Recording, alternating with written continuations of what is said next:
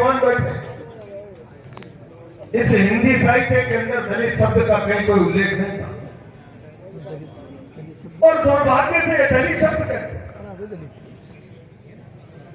छोटा वर्ग करती जब 1931 में मराठा साम्राज्य के अंदर आरक्षण का सवाल, तब इसका अंग्रेजी में ड्राफ्ट हुआ डिप्रेस्ड क्लास। और डिप्रेस्ड क्लास को जब हिंदी अनुवाद करने के लिए किसी विद्वान को दिया तो चालाकी से डिप्रेस्ड का अर्थ लिख दिया दलित, जबकि डिप्रेस्ड का अर्थ दबाया गया, कुचला गया। अब मैं जब दबाया गया, कुचला गया की बात कर रहा हूं, तो दबाया किसको गया होगा, कुचला किसको गया होगा?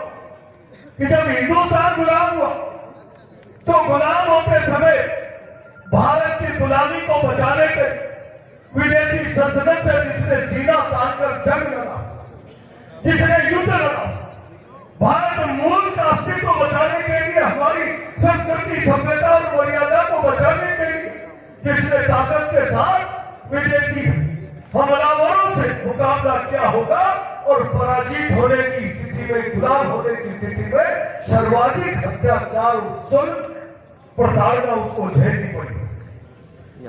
यह इतिहास है दलित वर्ग, जिसको दबाया गया, जिसको कुचला गया।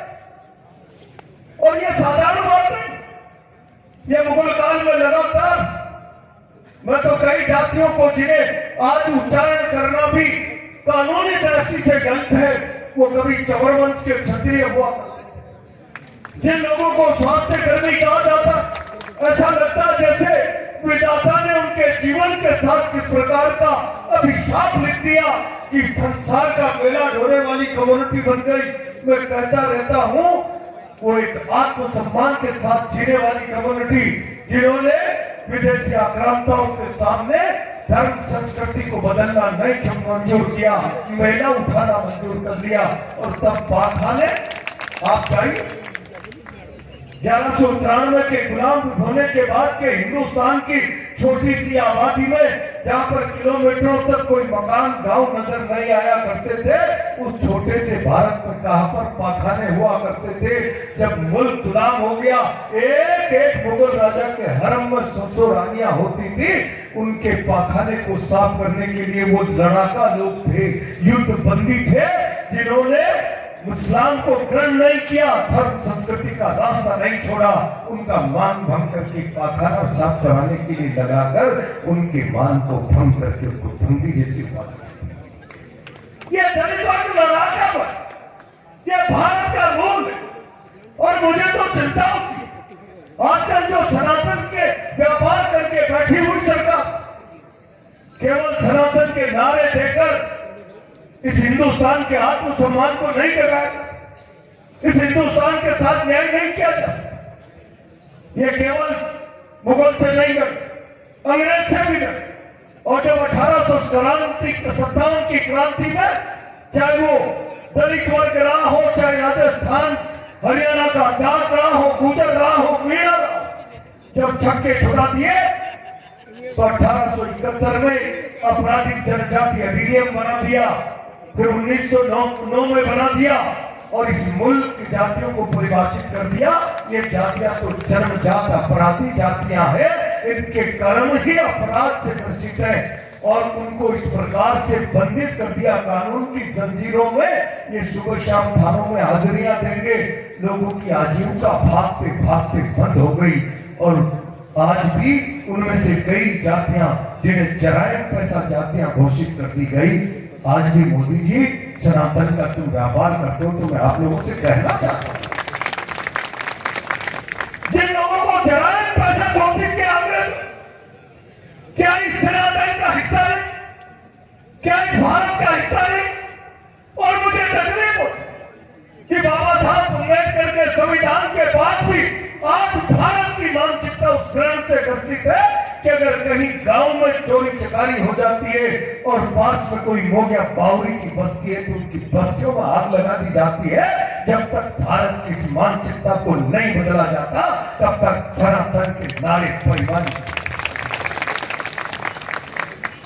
याद अम्बेडकर के विचार को भारत में बढ़ाना, उस आत्मविश्वास को जगाना पड़े, इकोनॉमी के संकल्प को एक एक नौजवान में मजबूत करना। ये काम अम्बेडकर के विचार के आधार पर काम करने वाले सरकारी, गैर सरकारी, निजी क्षेत्र में, राजनीतिक क्षेत्र में, तमाम क्षेत्रों में काम करने वाले तमाम वर्गों को करना पड़ेगा। आज देश के हालात विकट है। मैं बहुत जिम्मेदारी के साथ आपसे कहना था, देश किस दिशा में जा रहा है। आज समाज का न्यूनतम तबका जो सुबह उठे शाम को रोजी रोटी के संकट से सुबह उठते ही चिंता हो जाए, शाम को कैसे खाएंगे, दिन में रोजगार मिलेगा, कुछ कमाएंगे तो खाएंगे, उस तबके को मुख्य धारा में जोड़ने के बजाय केस फॉर वोट की परंपरा का,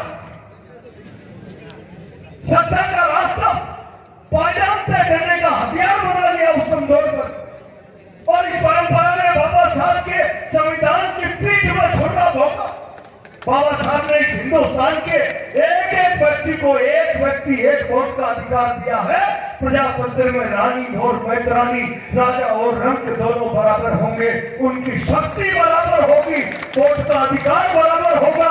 और वो वोट का अधिकार जिस पर वो गर्व करके कि हम भारत के लोग संविधान को अंगीकृत करते हैं, जनता के द्वारा, जनता के लिए, जनता की सरकार का निर्माण करने की शक्ति देता है, वो शक्ति वोट में है। वोट,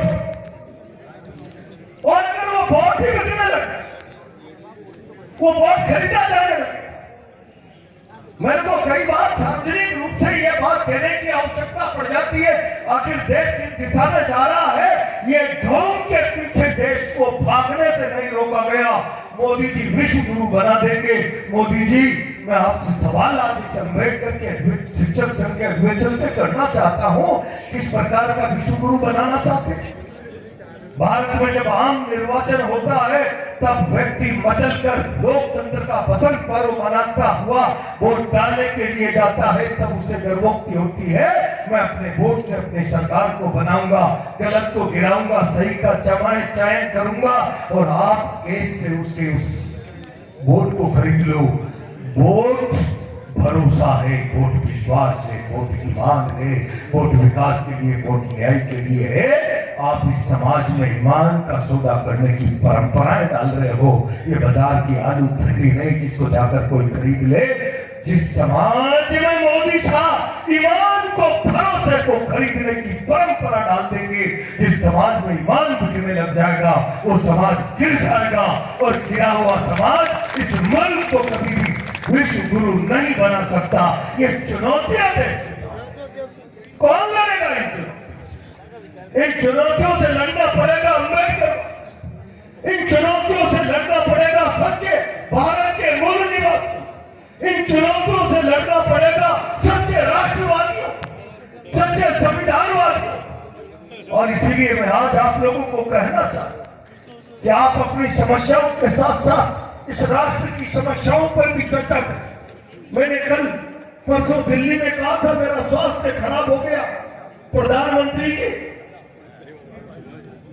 4 दिन पहले भारत की संसद में लोकसभा में नेता प्रतिपक्ष ने